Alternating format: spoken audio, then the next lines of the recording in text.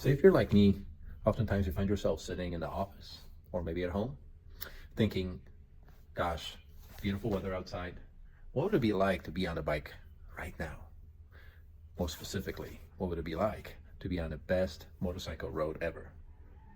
The famous, infamous Tail of the Dragon. Check it out.